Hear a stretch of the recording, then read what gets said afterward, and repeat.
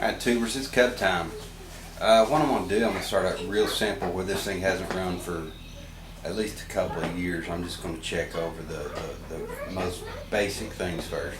I know that the battery's no good. I put a charge on it all night. It wouldn't hold a charge whatsoever, so I'm going to hook it up to the battery charger, see if we can get it cranking over, make sure the starter generator's all working and everything. Then I'm going to if I can get all that work to get it turning over, I'm going to start checking the plug, make sure it's getting gas and so on and so forth, just step by step.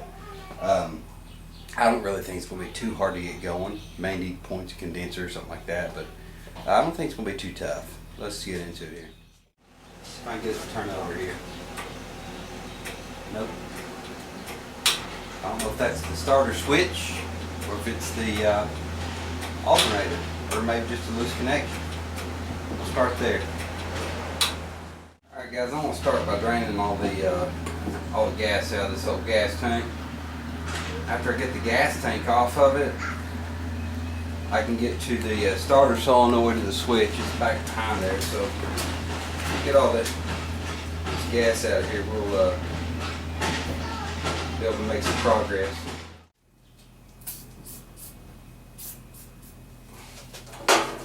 Hit it with some blaster there and see if we can get these bolts off this. Yeah, they've got a 1/2 inch on the bottom side.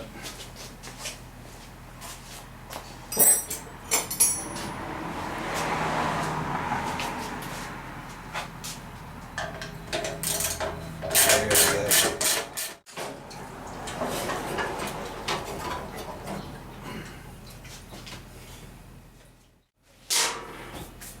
Alright, now we can take a look at the solenoid switch.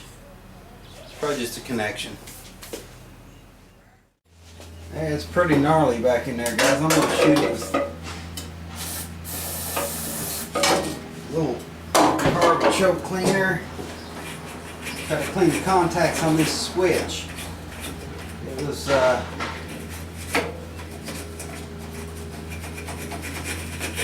pretty much encased in crud. And I'm not saying it'll fix it, but it can't hurt it to clean it. There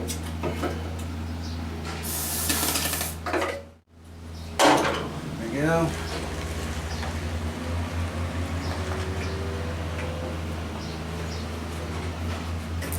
So work it back and forth for a second. Clean the contacts up in the harness.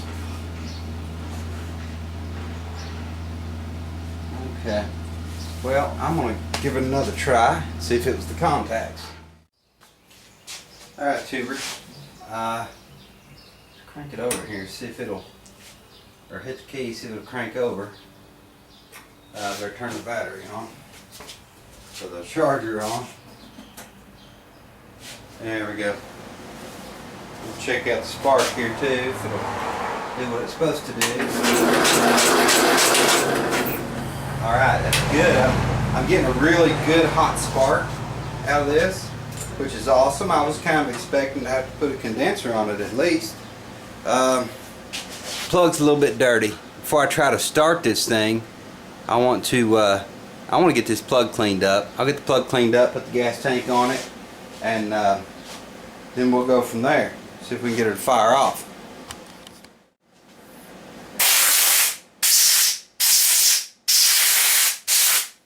Alright guys, got the plug out of the sandblaster. I just want to make sure I didn't have any grains left in it.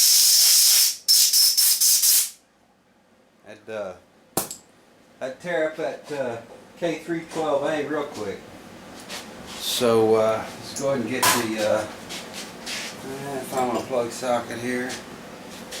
I'll give this a little PB blaster. That's really wanting to stick on the rubber sleeve. Wanting to hang up a lot. Plug back in it here. Well, I'm hoping that the carb is in good shape. No sticky float or plug jets or anything like that.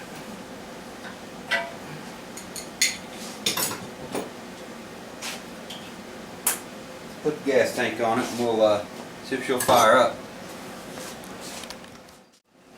Alright guys, let's see if we can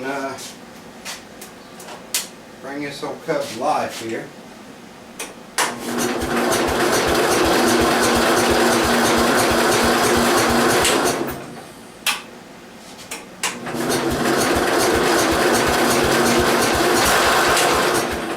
Yeah, it hit once there. Now we're going to have to look into the fuel system here. Pretty sure it's getting a good spark.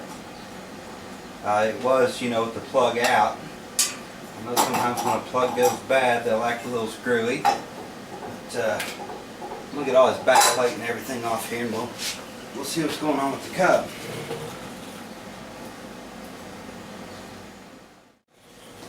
Alright guys, she's still being a little bit stubborn.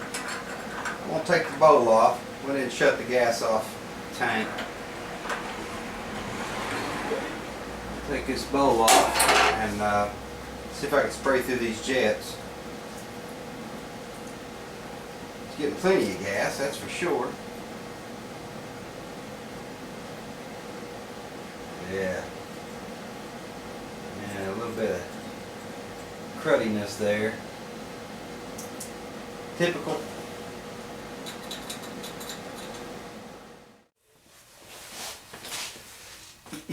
Well, tubers, we've got spark. We got it turning over. What we don't have is a good situation with the fuel. It's not good at all. I took the bowl off, made sure the float was free and we were getting gas. But I think we got some plug jets. She does not want to fire up. I'm not going to put a kit in it yet. I'm just going to go ahead and see if I can give it a basic cleaning. Look at all the jets, make sure they're clear, just like I always do. Like I've said before, a lot of times you just don't need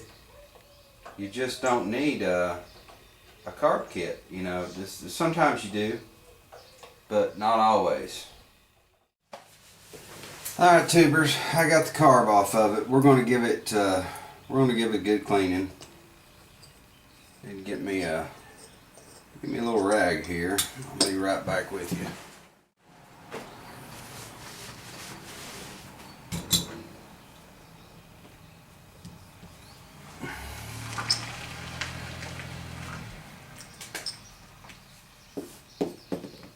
I'm hoping that just by cleaning out the jets here that we'll be able to get it fired up.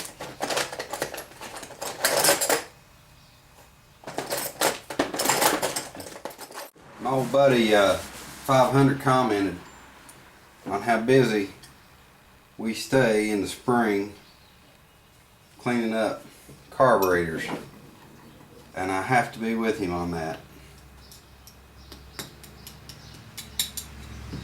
Have to be with him on that. It never ends. Make sure that seating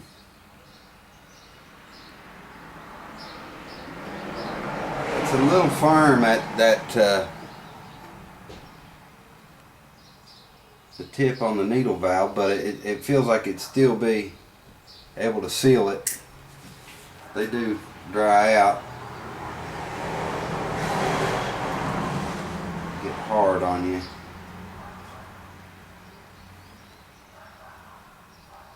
Try to pull this gasket off. That gasket's just about waxed.